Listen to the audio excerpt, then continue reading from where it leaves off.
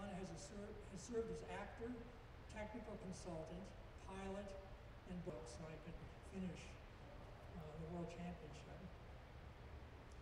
He has a sprightly sense of humor, and the World Championship in 1989 in Saga, Japan,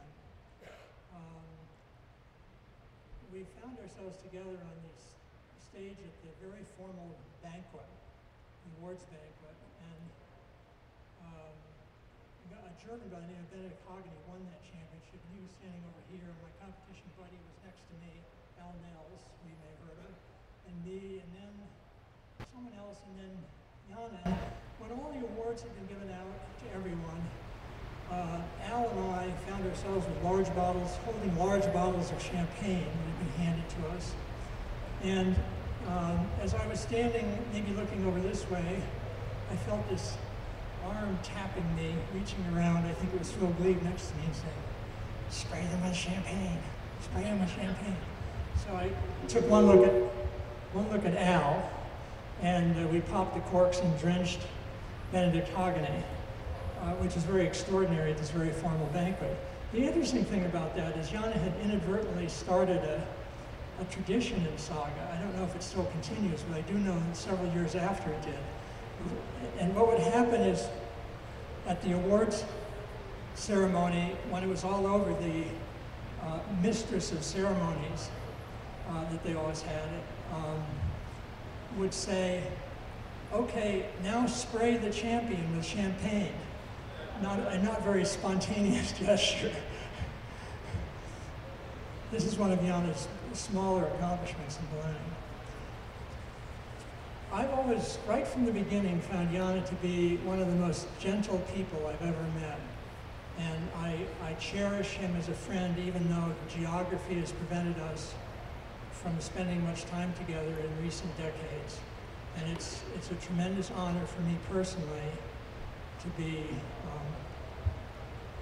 participating and inducting Jana into the International Ballooning Hall of Fame. So Jana, I welcome you. We have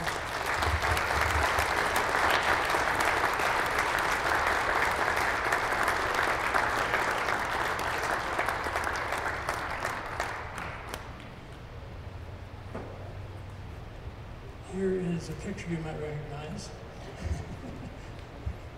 of yourself. And the official silver plate.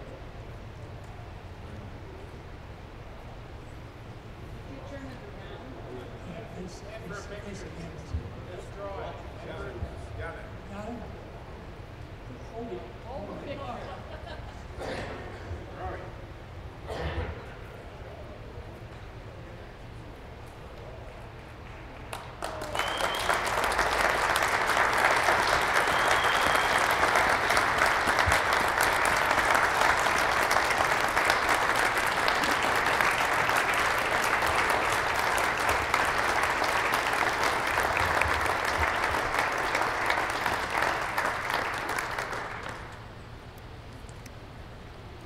Yes, I didn't know that I had done so much in the ballooning, but thank you very much, and I'm very glad to hear it's from Bruce Comstock, which was in the beginning, 1973. It was my first real competition, and it's out from that yes, I'm not stopped now. And I'm really honored to be selected in this Hall of Fame. It's a great honor for me. And what Bruce said, that I've been involved in filming, and one of my good experience was to be involved in this André film, where I can use my experience to construct the balloon. It's a gas balloon from the beginning, but we built a hot air balloon with a burner hang inside so you can see. And it's exactly the same volume on the envelope. And all is done in a way which is so close to the André balloon as possible. And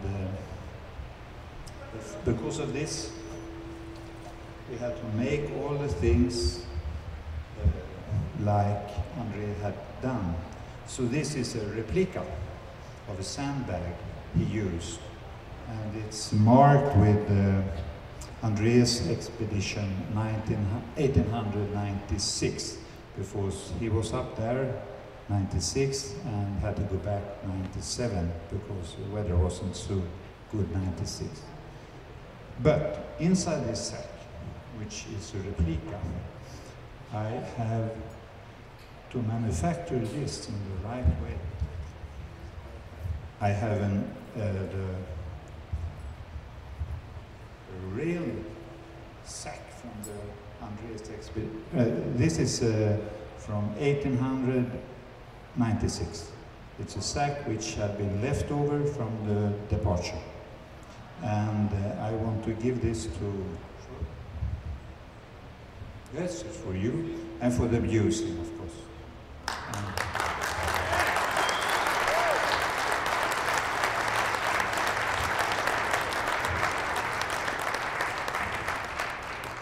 I was giving this sack from the museum in Sweden, and they don't know that I have done it.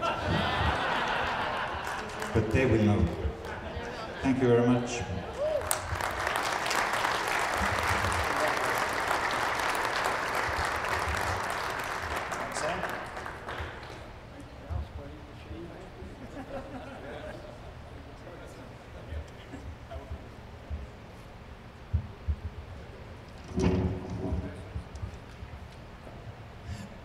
I know that there's probably some disappointment in the fact that Jana wasn't able to attend the ceremony yesterday, but I'm kind of glad it worked out the way that it did, because all of us were able to experience this with you and Bruce. So thank you again, and welcome to Albuquerque and Fiesta. Thank you very much.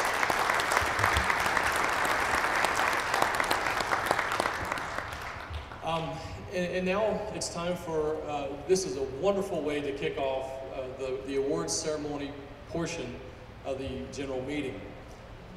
The first award that is up is the President's Award. And the recipient is not able to be here with us today. But someone on the international level as well. We have the FAI, we also have the CIA. This year, my President's Award goes to Mr. David Levin. David has spent over 15 years as the Deputy Director to the CIA, working with Mark Sullivan at the international level, developing rules for our competition, not only at the international level, but here in the United States of America. So it is my honor to give the President's Award for 2014 to Mr. David Levin.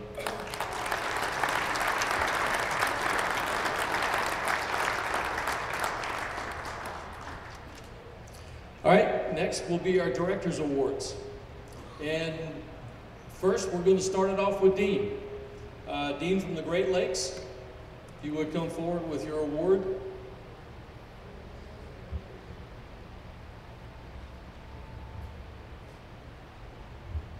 All right, one of the cool things about being on the board is you get to thank people who do all the work out there. This is really awesome, and we appreciate the fact the Balloon Federation of America has 2 staff members and thousands of volunteers, so we appreciate them. In the Great Lake region, I'd like to give my award to the Lindstrand Balloon USA Company. Lindstrand, for the past 3 years, has opened their doors to our junior balloonist camp that was held in Dubuque, just across the border.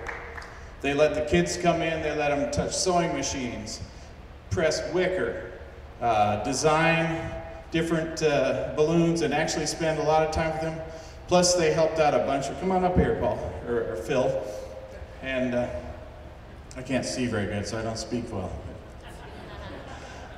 But the kids really had a great time, and we looked at the reviews where the kids write it up. A visit to the factory was really cool. I mean, you can't get any more hands-on than actually running the sewing machine, and the kids, their eyeballs just lit up. They volunteer, their whole company dedicates an entire day to these kids when they could be producing balloons and doing work and making money.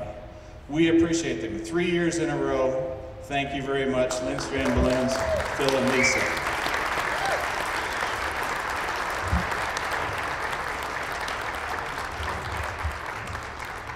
Hello, I'm Sherry White, the Southwest Regional Director, and as you know, the BFA is made up of a lot of volunteers. One of our biggest efforts to date is the update of our new website, which you'll be seeing in January. As you know, websites take tons of hours and planning and coding. Well, my award's going to Fred Dinker, who is a behind-the-scenes kind of guy who has data management. He's been spending countless hours working on our website, all as a volunteer basis, and we hope you'll enjoy the new website. Thank you, Fred, for your efforts for the BFA. And Fred's not able to be with us today, but I will send it back to him with Phil Bryant. Thank you. Thank you, Sherry. And actually, Fred is watching, so congratulations, Fred.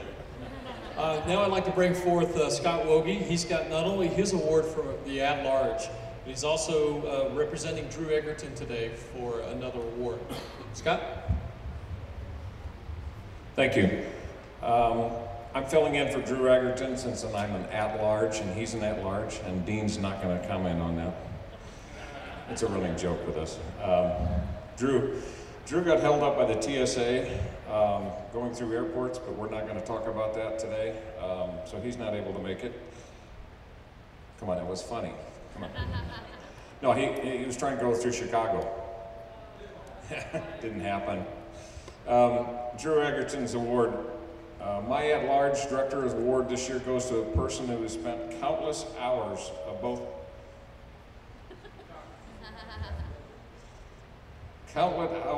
both his personal and professional time supporting the BFA.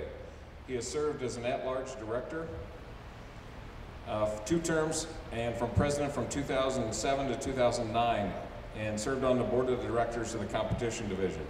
As a competitor, he has attended U.S. national championships many times, representing the USA and the last 2 worlds in Battle Creek and Brazil. In addition to competing, he supports the management storage of the HACD equipment and team captain for this year's World Championship team in Poland.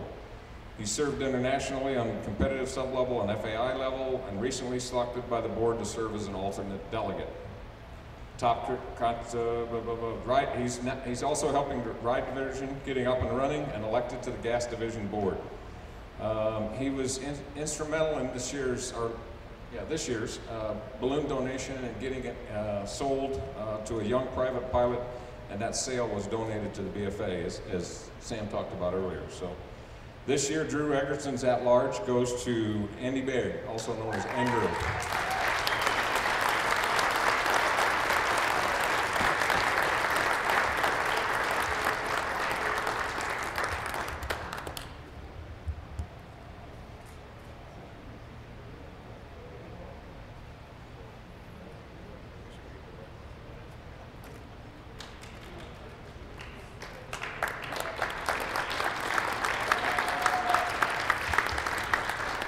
For those of you that don't know, my daughter was unable to make it to Poland, and in 2 years they'll be in Lithuania. I hope she qualifies to go then. Okay, and hopefully we can have the 2 great team. And Maury was also over there, and Andy, so hopefully they can have the same great leadership and do very well. My at-large award goes to, all right, I'm going to have question and answer. Question and answer first. How many people have heard of the balloon list, the list server, the reflector, or balloon mail? A lot of people heard of it, right? Whatever's posted there is the honest to God truth. Don't qualify anything else, okay? This person, hopefully he's watching, took over management of this in 2004. He's been managing this for 10 years, I think, if I did my math right. There is over 1,200 members worldwide that belong to that and read that gospel truth that is published every day, okay? He gets a lot of grief about how do I subscribe, why am I getting bounced emails, and it's never usually his problem. About 0.001% is his problem. This man's name is John Cropero, if I could pronounce it right. I spent hours practicing that, okay? My name is tough enough. But anyway, he's a private pilot, started crewing in 1976, got his private license in 2004. But in between that time, he's a single engine land, seaplane, glider, gyroplane, and powered parachute. He was kind of busy in between 1976 and 2004. He also flew his airplane up to Oshkosh this year, over 2,000 miles. He's a life member of the BFA, EAA, AOPA, and NAA. His claim to fame, though, is he has gone alligator hunting with Joe Kittinger in the Everglades. How many people can say that? Okay? So, he's also done many, many other things, and he's a tremendous contributor to one of the background people that helps ballooning and the truth get spread across. So he's helped us a lot. So my award goes to John Cropero. Thank you very much. I know he's watching, and I'm sorry I screwed up and I don't have your video. So anyway, he was unable to make it. He had a death in one of his close personal friends, so he's attending that later today. So thank you very much.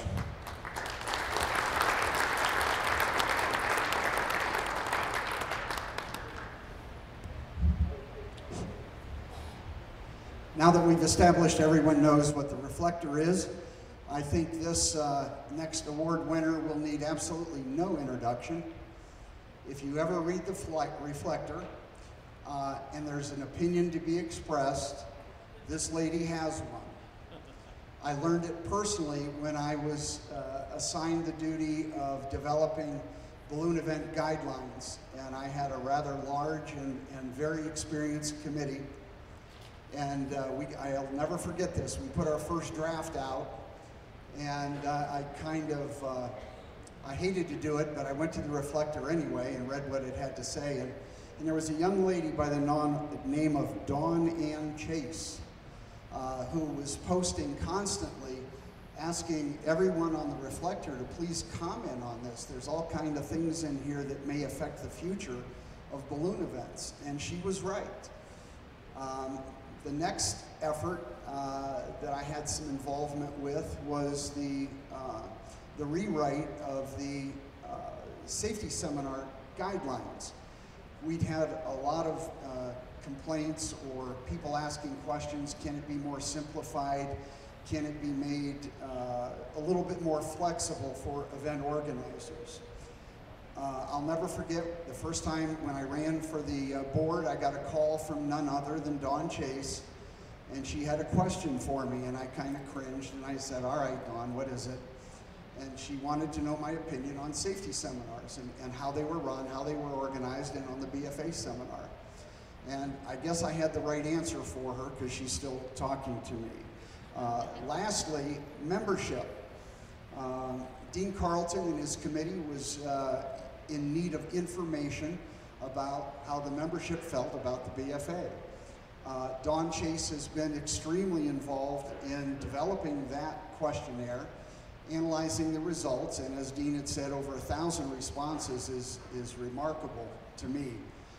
When I called Dawn and said, you know, you're so interested in the safety seminar guidelines, how would you like to chair the effort to find out what we ought to do? And unlike many people, I think that sometimes post on the reflector, and I think somebody made the comment, you just throw a bomb in the room and you run. Dawn, to her credit, she doesn't do that. If she has an opinion, you can bet she's going to let you know what it is, but she's also willing to work day and night to follow through on it. So I would like to recognize Dawn Chase for my at-large director award this year. Dawn could not be here. Go ahead, give her the credit. Dawn couldn't be here with us, but I think we'll probably find a way to award it to her at the GBA safety seminar this winter. But Thanks to Dawn, and thank you.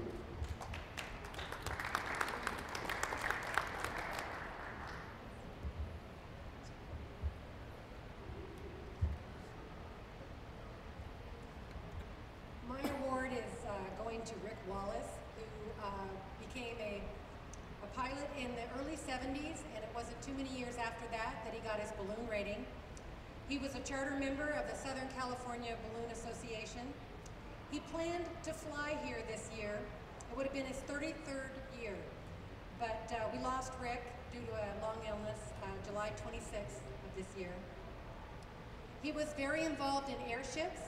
He was the airship committee chair for the BFA and the CIA, and he flew hot air balloons and airships all around the world. Rick's family was planning to be here to pick up this award for him, but his vehicle, his balloon, and all his equipment was stolen last night, and so they're on their way to pick up another balloon. So to receive this award is Wendy Walsh.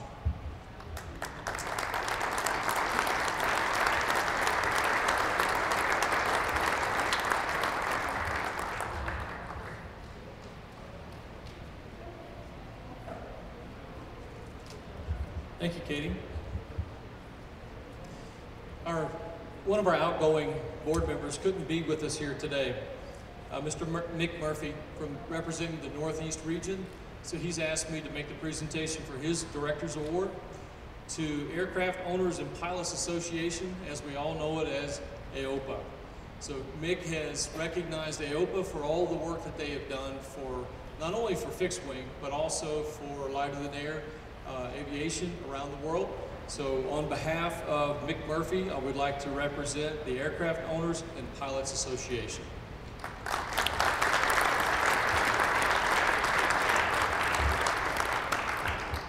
As Southeast Region Director, I'm actually going to give two awards, and they kind of go hand in hand. I'll keep this brief. Back this past May, we had a tragic balloon accident in the state of Virginia, or the Commonwealth of Virginia, for those of you that are from that great location. Dan Kirk, one of our BFA members, hit some power lines, tragic accident. We lost Dan and two beautiful young ladies who were also with Dan on board that time. As a couple of years earlier, search and rescue took place to try to find these souls. And if it wasn't for the help of these two particular organizations there in Richmond, Virginia, our task would have been much more difficult. And I'm giving two awards because there were two separate organizations that stepped up and volunteered on behalf or for us balloonists. And the first one goes to the Canine Alert, which is a canine unit that use their dogs for search and rescue, and the Greater Atlantic Rescue Dogs.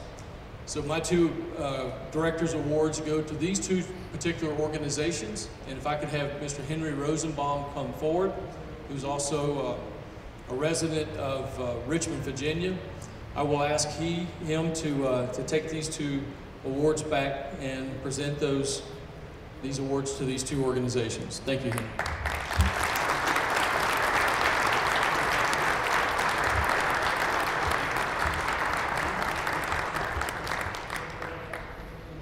Okay, next, Troy.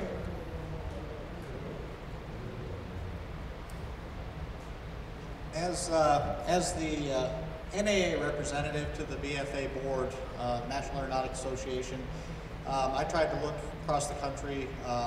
We're heavily involved with contests and records. That's the biggest part of the NAA, and why they exist is to go through the sporting part of any aviation sport. And with that, there's very few things that would happen without money. We're not golf, we're not sailing, we're one of the few sports that doesn't get the recognition, but we love what we do. And it's really hard to put on events or to sponsor teams to go to events and participate on a world level without the financial support that some people provide. The person that has probably provided more financial support to the competition division of the BFA over the last 15 plus years has been Mr. Gary Haven from Texas, the founder of Curves. He's done a tremendous job, and he's continued over the years from everything from supporting the Waco National Championships all the way up to most recently the women's team going and competing in Poland. So with that and his support, we only feel it's our responsibility to recognize what he's done for us and hope that he will continue to do so. So Mr. Gary Haven is who I'm presenting that to.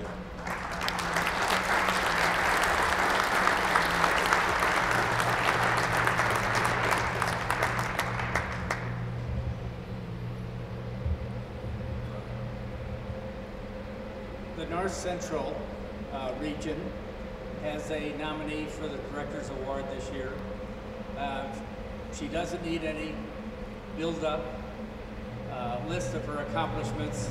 We've all been to Indianola, Iowa, and been to the National Balloon Museum. So, Becky Wiglin, please come forward and receive your Director's Award. And we can't forget Gil Wiglin. Gil, please stand up and say hello. Becky, for all your work and all the years you spent at Indianola. Thank you. Thank you. This is a surprise. Wasn't it though? Yes, quite a surprise. Thank you.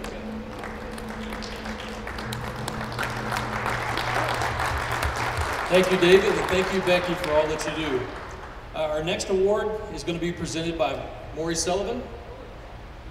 It's a special recognition award to the sport of ballooning.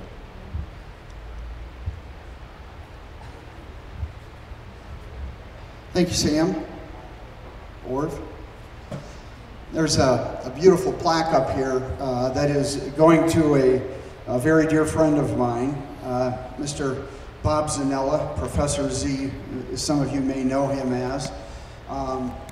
Bob was a designated examiner, a teacher, a very good friend of mine, and an avid competitor.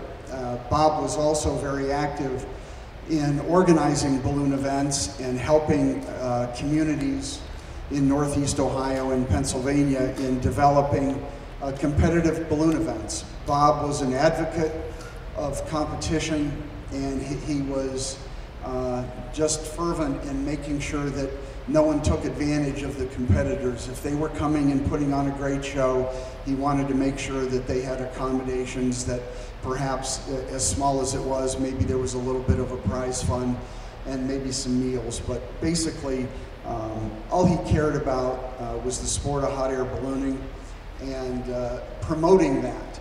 As a designated examiner, I believe, I've got to read this because the numbers are fairly astonishing. He spent 38 years in hot air ballooning, and he competed in every BFA and NABA Nationals from 1973 to 2005. If you've ever competed in a week-long or a 9-day event like the Nationals used to be, you understand what a truly grueling task that used to be. Bob has given over his career 223 check rides. That's a lot of check rides for a new license. He has trained 93 people through completion of their private license.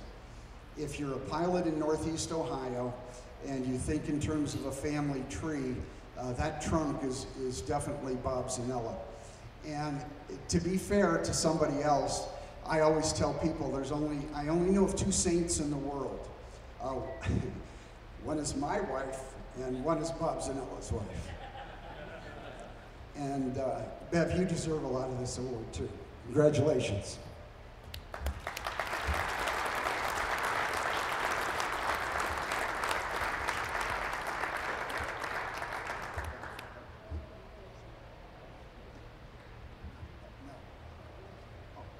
Oh, Shannon, you're here. I forgot. Shannon, why don't you come on up? I know you were instrumental in this nomination. Why don't you come on up, and there you are. Shannon was a student of Bob's, and Shannon will tell you she never did anything right, at least not according to Bob, but there you are. You can take that home and share that with Beth. Congratulations.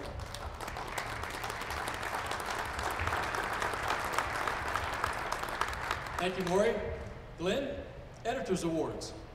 Come forward, please. Thank you, Sam. And in keeping with the running joke, I'm rather pleased to say that I'm not as large as I used to be, or not at large as I used to be, I suppose. So there, guys. As you've heard from all of these previous awards, the BFA, as someone made the comment earlier, has 2 staff people, Sharon and myself, and thousands of volunteers. And the same is true of Ballooning Magazine. And I talked with the board over the past 2 years and said, you know, there are a lot of people who contribute to Ballooning Magazine. I get all the credit. People come up to me all the time, what a great job you're doing. Sometimes they say, what a not so great job you're doing, but mostly it's positive. And I get all the credit, and I don't deserve it, because it's people like yourselves. Many of you here have contributed articles and photographs, and you do so voluntarily, because this organization and the magazine does not have a budget to pay for contributions. And so I went to the board and said, what you do as directors is great, but sometimes I think there are folks who contribute over the long term to the health and success of the magazine that deserve some credit as well.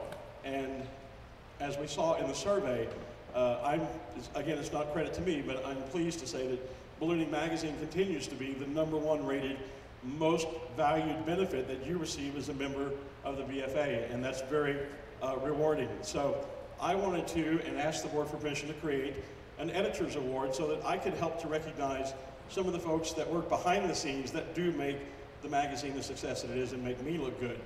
And there are 2 gentlemen who are going to be the recipients of these first ever Editors Awards.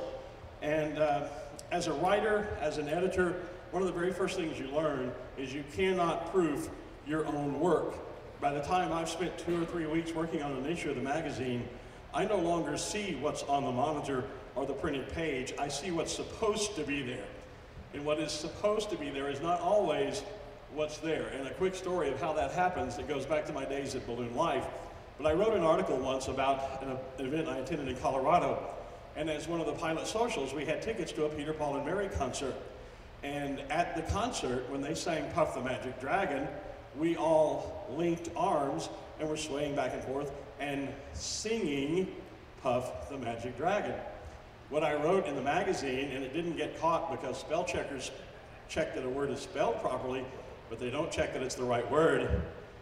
And what was written in the magazine and appeared in print was that we all linked arms and were signing Puff the Magic Dragon, an entirely different visual image, if you will.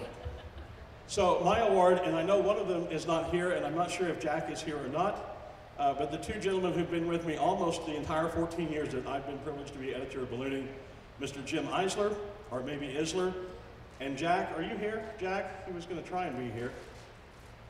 I don't see that he is, but Jack Failhant, they are the 2 folks who do all the proofreading. They've done it for well over 10 years, completely voluntary. They proof every written word that goes into Ballooning. So my first 2 Editors Awards go to those 2 gentlemen, and I thank them very much. Thank you.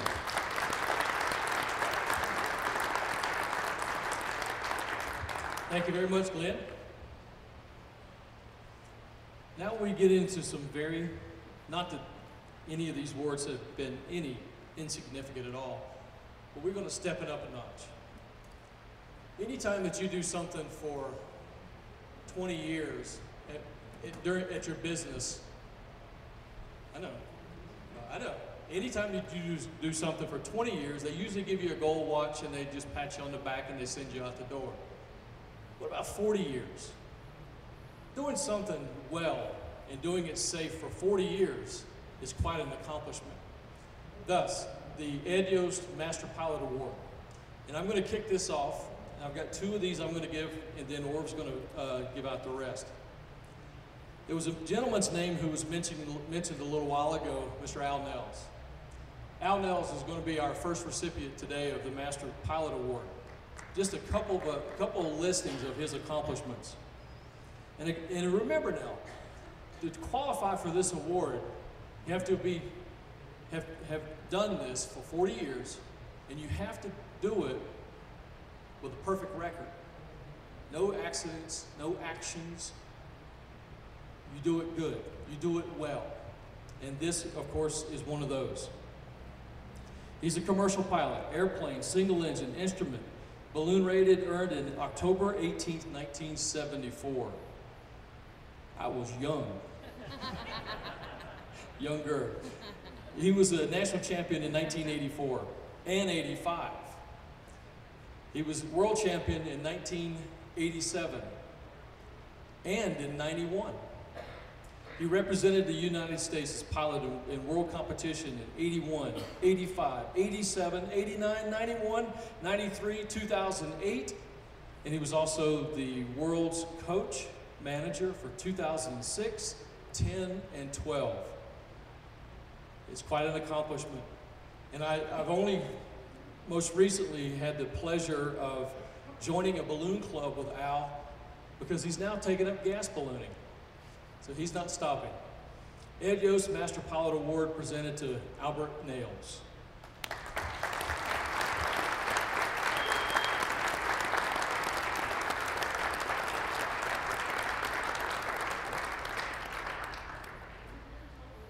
A surprise. I thought he was here. All right? He was here. All right. I've got one more. And stand by just for a second. I'll pull it back up on my little handy tablet right here. The next award goes to the man who just handed me his award. Orv Olivier from Sioux Falls, South Dakota. Worked in the balloon division of Raven Industries during the 70s. Marketing, sales, chief pilot. Raven, Aerostar balloon distributor from 1980 until Aerostar ceased. Received balloon license again, 1974. That was a significant year. 8 hours and was a commercial pilot training others. Had 5 different instructors during his 8 hours of training. Flew the first hot air airship commercially built, approximately 1975. Flew the very first large hot air balloon built in 1976, Great Adventure, with 400,000 cubic feet. Flown many special shaped balloons in a number of countries. Started the Great Plains Balloon Race. Started the Sioux Falls Ballooning Association. NAA official observer, 1,700 hours with never an accident, incident, or FAA violation. At Ed Yost's request, retrieved from France and restored the Channel Champ balloon. With help from Sioux Falls Ballooning Association, conceived the idea and built a near replica. Active in hot air ballooning today, and he's also quite active with the awards committee. So it is my honor to finally give an award to somebody who typically gives them away, Mr. Orv Olivier.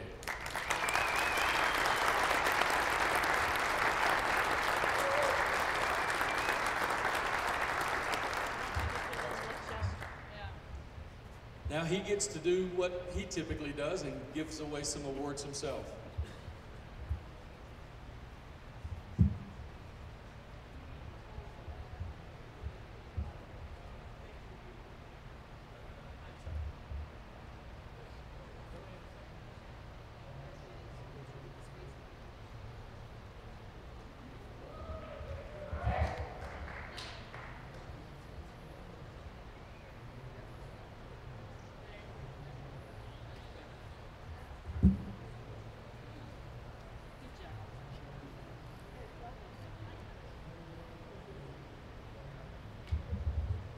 Frank Bacon, are you here?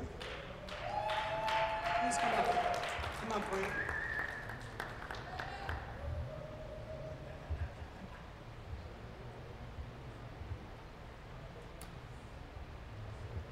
I'd like to introduce from the Albuquerque area, Frank Bacon. Like so many of us, Frank started in the 1973-74 range, right, Frank?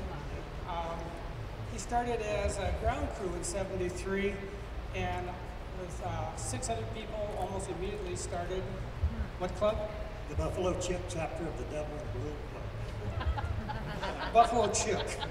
Okay. I like the sequence of things here. He did his first flight as a student in April 1973, his first solo in September of 73, and received his license from Sid Cutter. That's got to be a great honor. In 1974, March of 74.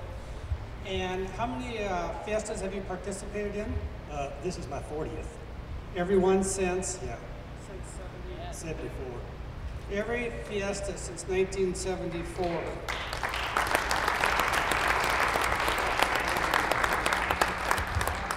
That's tremendous. And there's some pictures of you up there flying the Zia balloon and doing other things. Is that you?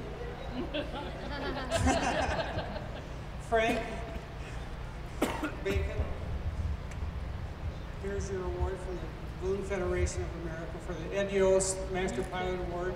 Congratulations very much.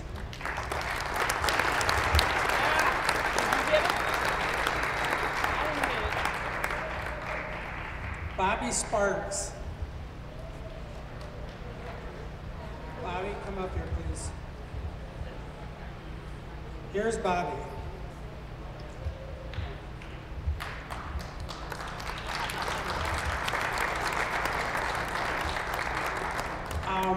Under the category of, in my opinion, very historic balloonists in the United States, Bobby Sparks is near the top, or if not at the top.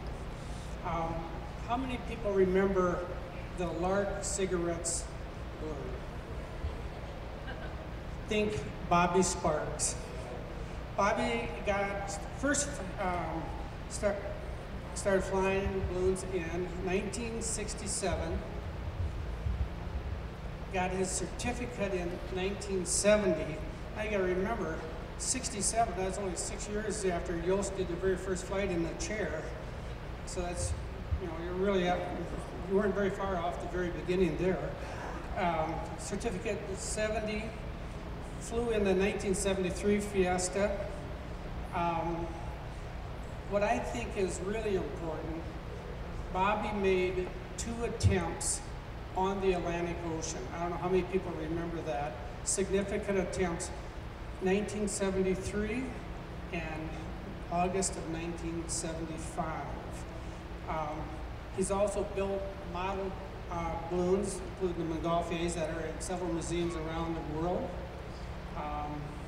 He was a pilot examiner. He was a FAA designated safety counselor. In 1975, now I think 1975, what we were flying for equipment, he was the first person to pilot a balloon across all 5 Great Lakes.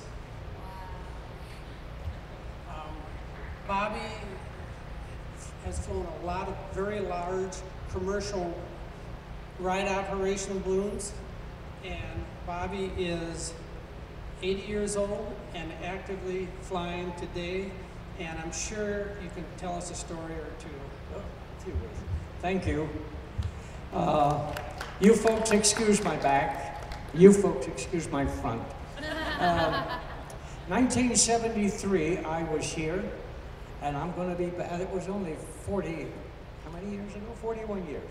I'll be back 41 years. I'm a regular from now because I'm a regular attendee. I will be after the next time. 1973 was an exciting year for me.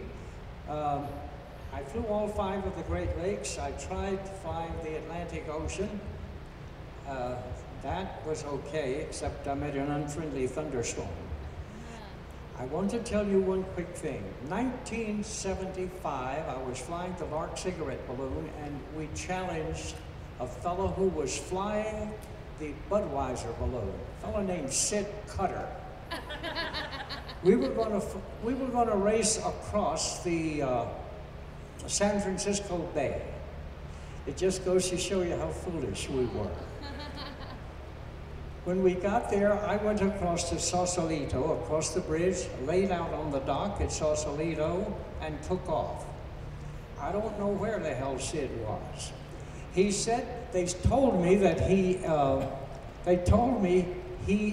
inflated downtown San Francisco.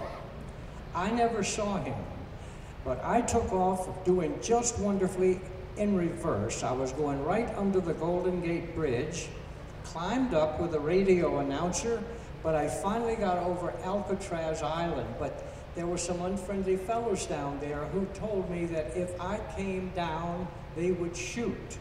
Not at the balloon, but at me. I had a problem. I could not go but 800 feet above the water because the airplanes were coming right over, out of Oakland, right over our head. 3.5 hours, we were within a stone's throw of Alcatraz. Finally got another reverse going and went back and landed in the Presidio. It was marvelous. We landed. 300 people climbed over the 10-foot fence that we just missed, and the commandant at the Presidio was rather upset because they would jump over the fence into his flower garden. So the commandant invited me to never come back to the Presidio. Everything went well. I went on over later, and I finally found Sid.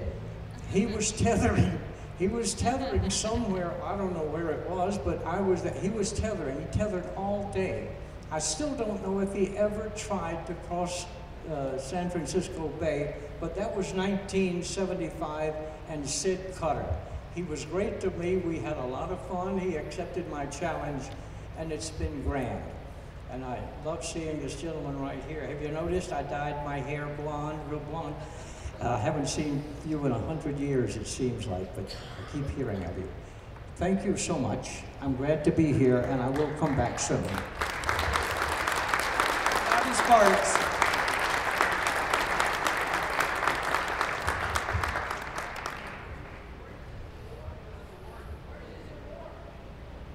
Technical error.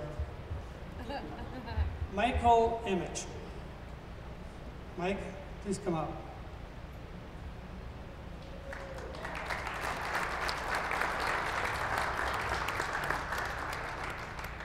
When I think of Mike Image, I think of a child prodigy in ballooning. At the age of 12, Mike's dad would take him out to the blimp hangars for Goodyear, to watch the Goodyear blimps. Mike got his commercial certificate in 1974, as a lot of us did.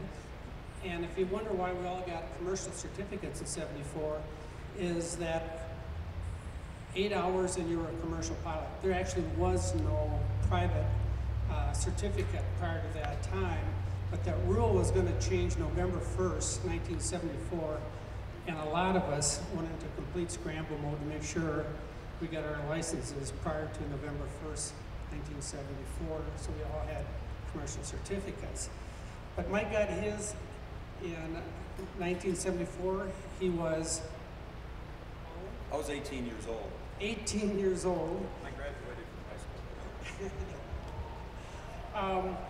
In 1983, he got his gas balloon license, and you are an active gas balloonist now, and you will be flying this evening if things work out with the weather. I hope. Actually, I have to go to a meeting too at it. 3 o'clock. Are you flying with who? I'm flying with Bert Padell. It's an honor and privilege to do that. So he built the balloon we're going to fly. It's the new Aero Club of America Club. At any rate, Mike's also been very active in building home-built balloons. Tell us a little bit about that. I built my first home built in 1976. It was a Tyvek envelope. We built a chair gondola. A friend of mine named Arch Hawkins, who was a very active pilot at that time, he was a roofer and very good at metal bending and sheet metal work. And I sewed the envelope together, and we put this rig together. And went through several transformations, but it's sitting in a balloon museum right now in Indianola. You want to look at it, and it's a very modernistic looking bottom end. But I continued building. It took a little brief period there of not home building, but that was one of my true loves. And I'm currently constructing a new racer, so I can keep up with the big guns at a lower level of cost.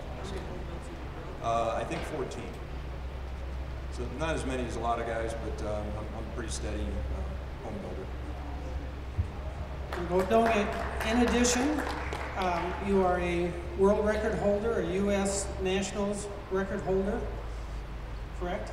In several categories, you've held a distance record back in 1985. Right, and Bradley took care of that one. So. Thanks, Troy. But at any rate, it was the AA4 gas balloon category. You held a world record in distance for the AX5 back in 1998, and you held a distance record in an AX4 back in 1999. So you've been very active, and here's your award.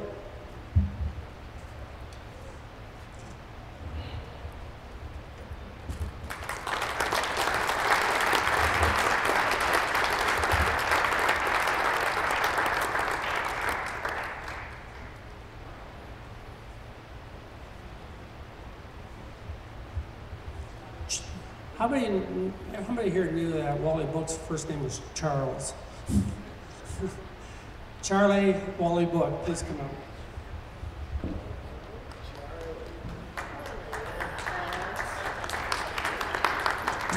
You've been out of Charlie.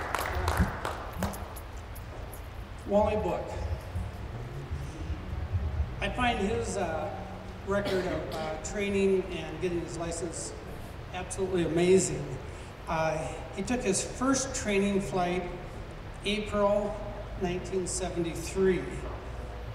He soloed April 1973 with a total of how many hours underneath your belt? An hour and a half. Hour and a half, and you soloed. He got his license in May 29th of 73, so you had less than 2 months total time in a hot air balloon underneath your belt. And we all think of Wally as a very dedicated volunteer safety officer for Fiesta. Why don't you tell us about that, how you became a volunteer for Fiesta? Oh, that's a funny story. In 1976, we had a rule that you could not land back on the field. And it was such a beautiful day, and I had just gotten a beautiful Thunder balloon and called Fuddpucker. And the 3 or 4 or 5 of us got in a group called the Thundering Herd. And we came back towards Sims Field at the time, and it was so appealing that I landed back on Sims Field. And most of you know J.W. Bird, a really another dedicated balloonist and an old-time balloonist. And he was the safety officer, and he called me, he came and found me after I landed, and he came to me and he said, "Wally, you know you broke a rule." I said, "Oh?" He said, "Yeah, you landed back on the field. I need to ground you for tomorrow." He says, "But I got a favor to ask." And I said, "Yeah, what is that?" He says, "Well, we're shorthanded on launch directors. Would you please fill in?" So started my, I guess, career as a volunteer for the Balloon Fiesta. I'm grateful for the opportunities and then the great fun that I've had with ballooning in 43 years.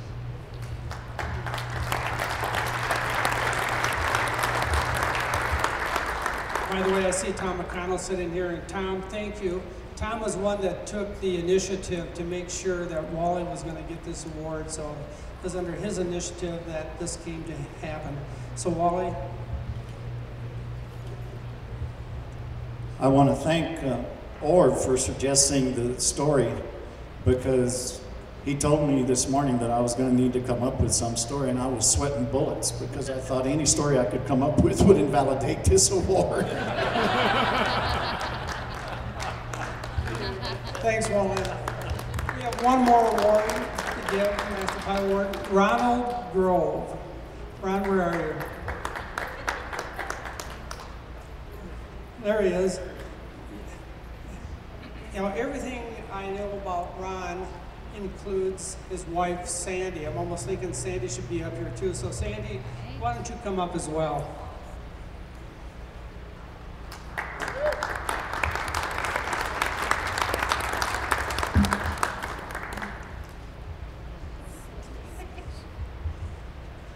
Anyhow, Ron and Sandy are from Portland, although I think they've lived a few other places. What? Salem. Thank you. Salem, Oregon, and they came down just for the sport, so thank you for doing that. But you got interested in ballooning back in '73, I believe, and doing everything you could to find just literature on balloons, because you knew very little about it. But you did your introductory flight in 1974, as so many of us did, and from March of '74 to September of '74, we did your training, right? Make sure you got under the 8-hour rule, like all of us did, and got his commercial license on September 1st, 1974. You've done a lot of things, but I just going over a couple of them. You have a gas balloon license? Yes, I actually got our gas balloon rating, I think it was in '78 prior to the regulation change, where it stated in the FARs that if you had to naturally do certain procedures to get your lighter than air with airborne heater and to get your free balloon rating, there were procedures you had to do above and beyond, but it did not state that you had to do those procedures in a gas balloon. So if you got them in a hot air balloon, you were able to get your free balloon rating without even stepping in a gas balloon. That's funny. I remember that rules myself. He's done a lot of other things, but in 2011, he was voted by the local balloon club, the Willamette Valley as the Willamette Valley Aeronaut of the Year 2011, and in 2012 you were honored with the BFA Directors Award. So, do you have any stories you'd like to tell us? Yeah, I've got a story or two that I'd like to share with you all, and it doesn't necessarily involve myself, which is okay, but it involves my not my crew chief, but a few years ago I gave her an upgrade instead of a pay raise for chasing me all these 40-some years. I gave her a new title, and it's called and if you think about it, there's two meanings to it. It's Grounds Operation Director. So that's the first meaning, and I don't know if you can figure out what the second meaning is, but take the first letter from each word and put it together, and that's where Sandy is. But yeah, actually it was during our first introductory flight. We lived in Santa Barbara, California, and I got researched in the LA phone book for the local pilot who gave free flights, and he ended up saying, well, right now we're giving flights out in the desert near El Mirage, so for us it was about a 3-hour drive. So anyway, we got up early enough in the morning, drove out there. It was too windy to fly, so he says, well, there's another place called Paris Valley, California, down in Riverside County that we're also trying to gear up for a balloon flying area. So seeing we're all up, why don't we just drive down there and see what the winds are doing? And we said, well, sure. So anyway, drove another hour south. Got down there and the winds were conducive, so we got the equipment off his truck, and at that time it was a Raven aluminum fiberglass basket with the huge burners, two double 400 million or 4 million BTU burners. So anyway, we set the balloon system up. We got into the basket, and of course it's a little more open than the wicker baskets that we're familiar with today. And And Sandy's quite, she likes to do things that we hit motorcycles, ski boats, and sports cars, so we figured the only thing left to do is do something in the air. So anyway, we crawl in this aluminum fiberglass basket, and the floor kind of creaks a little bit, and it's early in the morning, still kind of chilly, so she's not sure of everything that's going on, so she kind of snuggles over next to me, and which was okay. And so as our instructor is heating up, bringing us up to equilibrium, you know, it seems like a fairly long time for Sandy. So so anyway, she kind of looks over the back of the basket there, and she said, "Oh, look, Ron, the people on the ground are as small as ants." And I looked back there and I said, "Sandy, they are ants. We haven't left the ground yet." So there's one other quick little, well, not quick, but there's one other little story. Again, it's kind of about Sandy during her flight training. And in the basket that we had, which was a Raven, it was an upgrade. It was the first series of wicker basket, but it still had the horseshoes in the corner and the aluminum uprights. And the bottom rail of the basket, there were bolts up through the skids into the plywood floor. On the exterior of each corner, there were two bolts on the outside of the skid, and that held the floor and the skid together. And as she and my instructor were flying low level one time, they came upon an old rusty barbed wire fence. And this was the first time I had seen my beloved Seventh Heaven 1 standing outside the basket. So I was kind of nervous that Sandy was at the controls, but so anyway, they were coming into this field after approximately maybe a half-hour flight, and they came over this rusty barbed wire fence. Well, what had happened, they were just a little bit too low, and the one strand, the upper strand of barbed wire, was just above the skid on the basket. And it actually got hooked on those two bolts, on the two nuts that were sticking up on the outside of one corner. And her instructor, same instructor, at that time the rail didn't have the contoured bolster. It was a 41-inch tall rail. So here's her instructor saying that he was going to reach outside the basket, hang over the basket, and try and lift the barbed wire off the corner of these two nuts where the wire was caught on. And so he was leaning over at least half of his body outside the basket, trying to get that wire off the basket skid there. And Sandy accidentally or whatever thought that by heating at that time it would lift the basket and the system up over the barbed wire strand. And so as the instructor was trying to get it up, Sandy hit the burner, and he hollered, "No!" And Sandy thought he said, "Go!" So she reaches up and hits both burners. And he's saying, "No, no, no!" And Sandy thought he was saying, "Go, go, go!" So that's when she hit the second burner. Anyway, I'm walking up to the balloon system, and all of a sudden I see this barbed wire ascending into the air on the bottom of the basket, and their old wooden fence post with fence staples in it started to make quite there was a lot of tension taken up.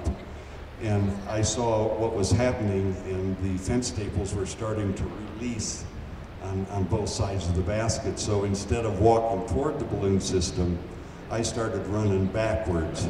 And all of a sudden, and I could hear the fence staples popping out of these old rotten fence posts. So anyway, I moved back a couple hundred feet, and all of a sudden the barbed wire broke, and they shot from 3 feet to about 3,000 feet in a matter of a few seconds.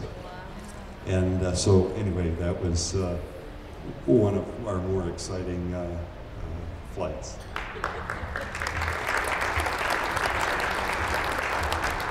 One question, I think of Paris, California, I think of Fred Krieg. Was Fred your instructor by chance? Yes. Fred was your instructor. I thought I'd have to be. And came through Sigma. Well, congratulations. Thank you very much. I'd really like to thank the BFA for all their hard work. When I first started, the first balloon journal was in black and white. So I want to thank Ron and all the photographers. That was, I think when I came a Life member, it was $250, and that was probably the best investment I ever had in ballooning.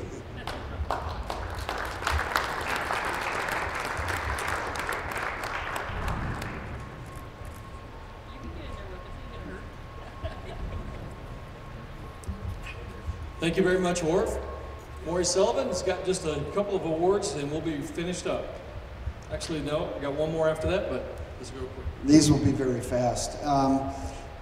HACD Nationals points leader from 2013 was Chase Donner. I don't believe Chase is here, but you can hold your applause till the end. The highest ranking rookie in 2013 is here. I know he's at Fiesta, Bruce Wood. Bruce, are you in the room? Bruce, congratulations, Bruce. Come on up, get your hardware.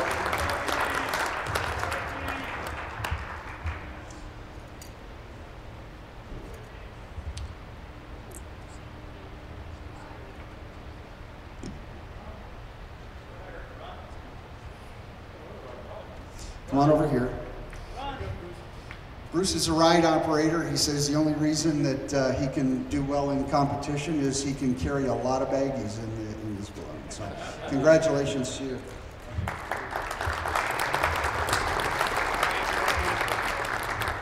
Highest ranking female pilot, Karen Kent.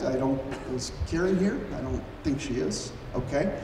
And the last is the most improved pilot for 2013. And I hear stories that it wasn't much to improve on, but at any rate, Sam Parks. Congratulations, Sam. And I think somebody else has something, is that right?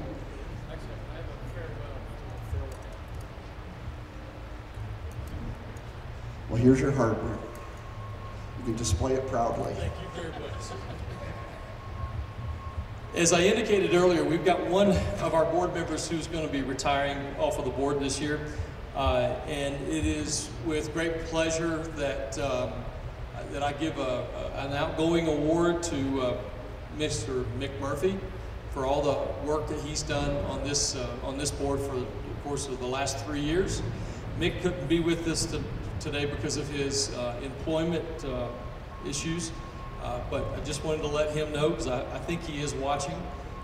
Mick, thank you so much for all that you've done for this organization. We'll make sure that we get this to you.